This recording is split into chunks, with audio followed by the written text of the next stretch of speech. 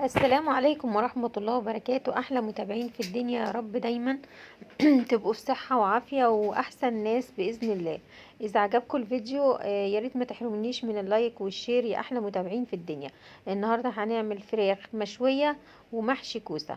إنما إيه تحفة بإذن الله هيعجبكم، وهتعتمدوا الطريقة ديت وتعملوها وولادكم هيعجبهم قوي الصوص اللي هو جنب الفراخ ده. شوية محشي بساط كده وصغيرين. النهاردة انا ما جبتوش الطريقة، بس عملت الفراخ بس هعمل لكم فيديو فيه كل طرق المحشي. تمام كده. شايفين الفراخ مشوية وجميلة ازاي وبكل بساطة، يعني هي معمولة على البوتاجاز من فوق وعطتنا الشكل الحلو ده وطعم ولا اروع من كده ولا اجمل من كده. جربوها وهتعجبكم جدا جدا. ويا ريت تجربوا برضو المحشي اللي في الصينية ديت. طريقته جميلة وبسيطة وما بيبهدلش ولا المية بتاعته بتبقى زيادة ولا اي حاجة.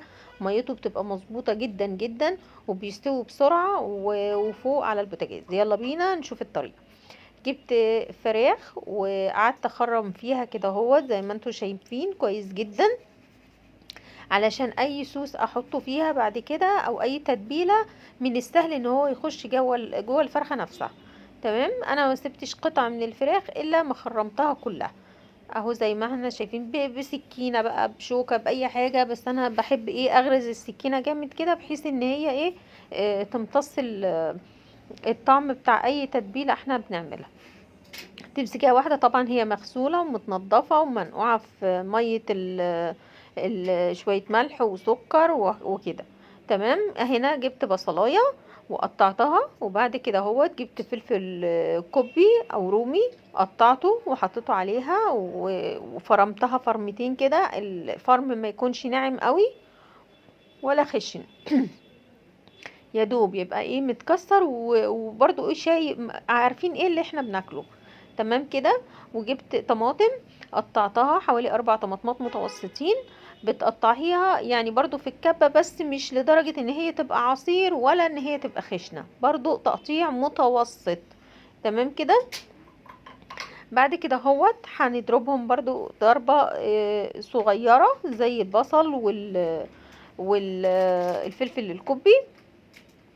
وبعد كده هو هنزل عليهم بالتوابل اهو زي ما انتم شايفين كده اهو. هنقطعها تقطيع مش كبير ومش صغير، متوسط بس كده. تمام.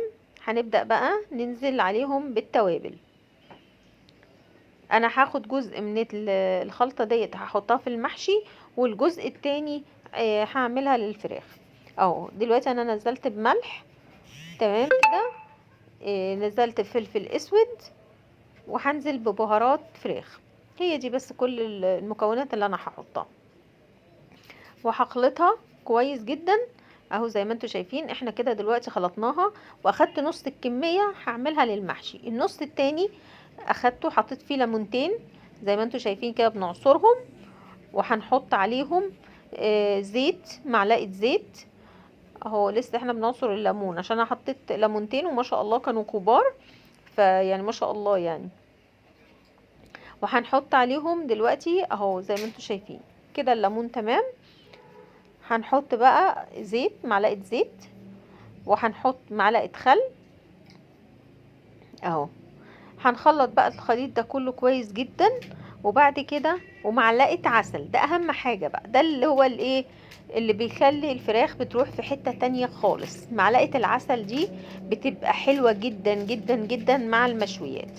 جيت حطيت شوية زيت في صينية، وبعد كده هوت نزلت عليها بالفراخ عشان تاخد ايه الصدمة، ولونها بيبقى خطير جدا جدا وطعمها روعة اهو. بدأ اللون لسه فاتح، هحطها كمان عشان اللون يغمق شوية اهوت. وهنفضل نقلب فيها لحد بس ايه، بس انا عايزاها اللون بتاعها يبقى متشوح كده وشكله بصي ذهبي وجميل ازاي. هفضل اخلط فيها كده لحد ما اللون بتاعها يبقى حلو اهوت. نفضل نقلبها تمام قوي. احنا ما حطينا لهاش ميه، ولا هنحط لها، هي من نفسها هي هتسوي روحها وهتبقى اجمل من مفيش بعد كده، من كتر الحلاوه بتاعتها هتبقى مشويه منها فيها. اهو شايفين عامله ازاي؟ ما شاء الله ولا قوه الا بالله يعني. هننزل بقى بالخليط تاني على الفراخ، هننزل بالخليط كله اللي احنا عاملينه، اللي فيه ليمون وفيه خل وكده اهوت. هنفضل نمشيه على الفراخ كده وهنغطيها. هي بالصوص ده هتسوي نفسها، مش محتاجة بقى تحط لها مية ولا حاجة الا اذا نشفت. لو نشفت حط لها يعني قد نص كوباية مية. انا عايزة الصوص بتاعها ينشف ويبقى جميل جدا. خلصت الكوسة، خلصت الفراخ، خلصت وبقت اجمل من كده مفيش. بصوا ناشفه، لا فيها ميه ولا فيها اي حاجه، والصوص بتاعها ما شاء الله تبارك الله. انا طلعتها من الفرن اهي زي ما انتم شايفين الصوص بتاعها اهو في عرض الصينيه. شايفين؟ بصوا جميله جدا وطعمها مشهي جدا جدا، هتعجب ولادكم قوي قوي قوي. اهو الصوص اهو. اذا عجبكم الفيديو اوعوا تحرموني من اللايك والشير يا احلى متابعين في الدنيا، متابعين مطبخ على قد ما اسهم مع امل. يا ريت ما تحرموناش ان انتوا تقولوا لي كومنت حلو اذا عجبكم، وقولوا لي ايه رايكم في الاكل. وان شاء الله اضغطوا على الجرس علشان يوصل لكم كل جديد ننزله على القناه. محشي كوسه جميل وبسيط ومستوي كويس جدا جدا جدا. فراخ مشويه، انا بعد ما خلصتها عملت لها فحمه وحطيتها على قفلتها فعملت طعم المشوي. وهي كل ده على عين البوتاجاز، ما عملتهاش في اي حاجة تانية. هو يا دوب حطيتها بس في الشواية اقل من 5 دقايق اعطتنا اللون الخطير ده. تمام. يا ريت تعتمدوا الطريقة دي، ما تحرموناش من اللايك والشير، ومع السلامة.